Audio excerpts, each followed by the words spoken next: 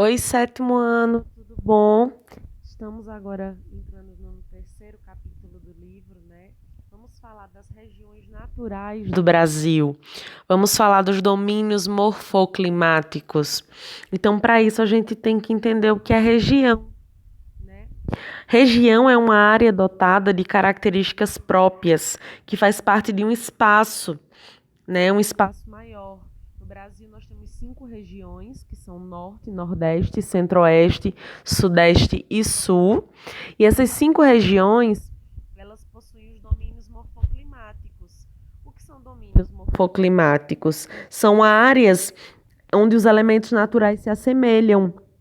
Então, são áreas onde o relevo, clima, vegetação, hidrografia, solos, eles são muito parecidos, sabe?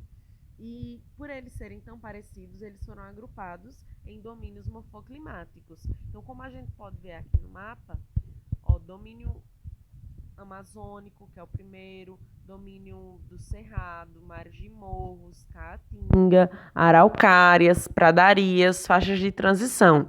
Então, observando bem esse mapa, a gente consegue ver, ó, esse verde aqui é o domínio amazônico, esse no centro do Brasil é o cerrado, esse vermelhinho aqui é a caatinga, esse no litoral brasileiro todinho é o de mares de morros, que era onde ficava a Mata Atlântica. O 5 aqui, esse verdinho, é as araucárias, e o 6 são as pradarias. E nessas áreas interdependentes são as áreas de transição, essas brancas, que eu vou explicar. Então, domínios morfoclimáticos são áreas no Brasil, né, onde foram separadas de acordo com suas características próprias. Elas têm relevo, clima, vegetação, tudo muito parecido. Por isso foram agrupadas em domínios morfoclimáticos, tá bom? E são esses que eu citei para vocês. Então vamos falar um pouquinho de cada um. Para começar, vamos falar do domínio amazônico, né? O domínio amazônico é a floresta amazônica. A gente tem que lembrar sempre que o domínio amazônico, a floresta amazônica, ela não está só no Brasil. A floresta amazônica, ela está no Brasil e em alguns países da América do Sul que fazem fronteira com o Brasil. Ela é uma área extensa, então a gente tem que saber separar essa diferença. Quando eu falo floresta amazônica, eu estou falando do complexo todo. Então, ela não está somente no Brasil, embora a maior parte esteja no Brasil. Quando eu falar Amazônia, eu estou falando da floresta toda. Amazonas é o estado brasileiro, Amazonas. Uma parte da floresta amazônica passa no Amazonas. Agora, quando eu falar Amazônia legal, eu estou me referindo às partes da floresta amazônica que estão dentro do território brasileiro. E é chamado de Amazônia Legal porque respondem às leis do território brasileiro. E o domínio amazônico, ele é muito incrível, porque o domínio da floresta amazônica, ele é um domínio quente e chuvoso, né? Ele é altas temperaturas, muito quente, mas ele também chove bastante. Então, ele é quente e úmido, quente e chuvoso. É composto de planícies, depressões, planaltos. O clima da floresta amazônica é o clima equatorial, tá certo?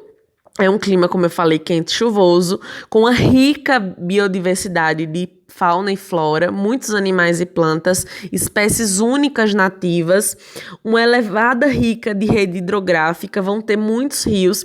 Assim, a maior bacia hidrográfica do mundo está no domínio amazônico, que é a bacia do Rio Amazonas, onde tem mais de 1.000 afluentes, tá bom? Então, a riqueza que tem dentro do domínio amazônico é imensurável. A gente vai estudar mais à frente e vai entender que o Amazonas, ele é a floresta amazônica, a Amazônia, desculpa, Amazonas não, a Amazônia, ela é responsável por grande parte dessa temperatura que a gente tem no Brasil. As chuvas do Sudeste são um efeito resultante da evapotranspiração que ocorre lá na Amazônia. Depois a gente vem para o Cerrado. O Cerrado fica no centro do Brasil, já tem um clima totalmente diferente da Amazônia. O Cerrado, ele é um clima tropical continental, O cerrado ele tem uma característica própria. O inverno é quente e o verão é chuvoso, então o clima é trocado. O verão é quente e o inverno é chuvoso. São estações marcantes, né? Então, é uma vegetação arbustiva de médio porte, com muitos planaltos, chapadas, né? Várias vegetações de campo e de cerradão. O Cerrado passou por um grande problema no passado, que foram mais de 100 dias de queimadas. Queimadas que foram feitas para limpar o pasto, né? Os grandes agropecuários da agroindústria começaram com pequenos incêndios propositais para desmatar o cerrado e nesses grandes incêndios acabaram prejudicando a fauna e a flora. Muitas espécies morreram e algumas acabam entrando em extinção. Mares de Morros é chamado assim porque ele é vários morros em formato de uma laranja cortada ao meio. Então, o Mares de Morro, basicamente, ele corta o litoral do Rio Grande do Norte até o Rio Grande do Sul. É a vegetação nativa do Brasil, onde tinha Mata Atlântica. Atualmente, só resta 2% da Mata Atlântica em áreas de conservação e 7% em outras áreas. É uma área que foi intensamente desmatada, né? A Mata Atlântica foi desmatada no Nordeste para plantar cana-de-açúcar. No Sudeste foi desmatada para plantar café.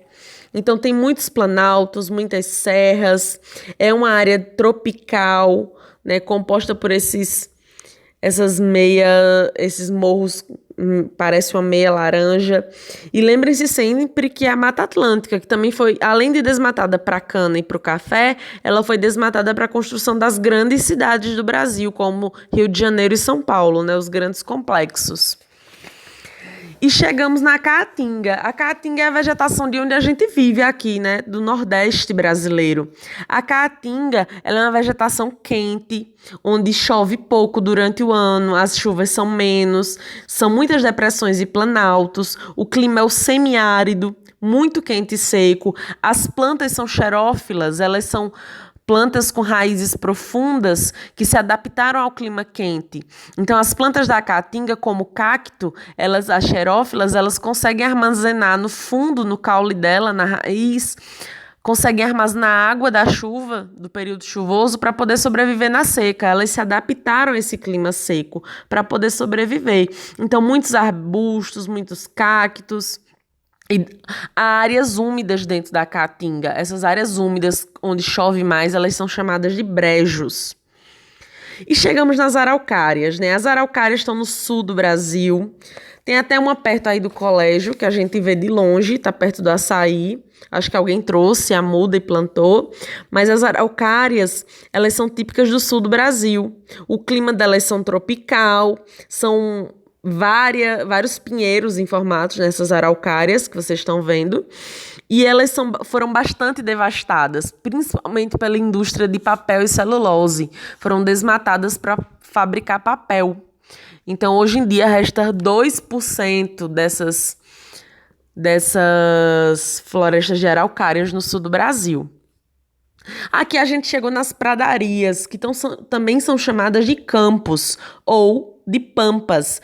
No sul do Brasil é chamado de campanha gaúcha. São pastos que ficam verdes durante o verão, mais sequinhos e amarelados durante o período seco. Então o relevo é planícies, muitas planícies, e é o pasto mais fértil, né, e mais usado para a criação de gado.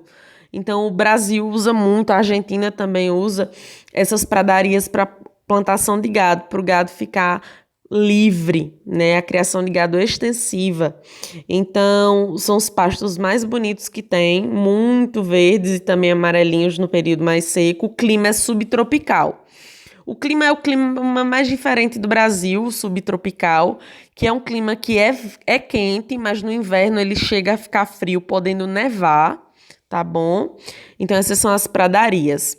No meio de todos esses domínios morfoclimáticos, a gente vai encontrar as áreas de transição, que são áreas que não pertencem a nenhum domínio específico. No Brasil, a gente tem 3. Elas são áreas que é entre um domínio e outro, então é uma mistura de domínios que a gente não consegue entender de qual é. A gente vai ter a Mata dos Cocais, que é entre a Amazônia, o Cerrado e a Caatinga. A Mata dos Cocais é onde a gente vai ter, eu vou explicar já. Letra B é o Agreste, que é entre a Caatinga e o Mares de Morro. E temos o Pantanal Mato Grossense aqui, tá certo? São 3 áreas de transição no Brasil. A Mata dos Cocais é onde a gente encontra a carnaúba e o babaçu, que são coqueiros importantíssimos, né, para o extrativismo vegetal dessa região. Muita gente sobrevive da extração do, do, do material da carnaúba e do babaçu. Temos o Pantanal Mato Grossense, que é a maior planície inundável do mundo. É uma planície cheia de rios e lagos, e durante a época de chuvas ela fica totalmente alagada. Isso impossibilita a criação de animais, a plantação, mas muita gente desmata o Pantanal para, na época da seca, plantar soja. Ano passado o Pantanal sofreu com muitas queimadas, devastação total, imagens tristíssimas, onde a biodiversidade que é rica do Pantanal, muitos animais morreram, muitas plantas, foram muitos dias de queimadas, tudo isso por causa da ganância do ser humano, certo? E o Agreste, que é aqui onde a gente vive. Então, pessoal, espero que vocês tenham entendido. Vou passar um trabalho sobre isso e qualquer dúvida eu estou à disposição.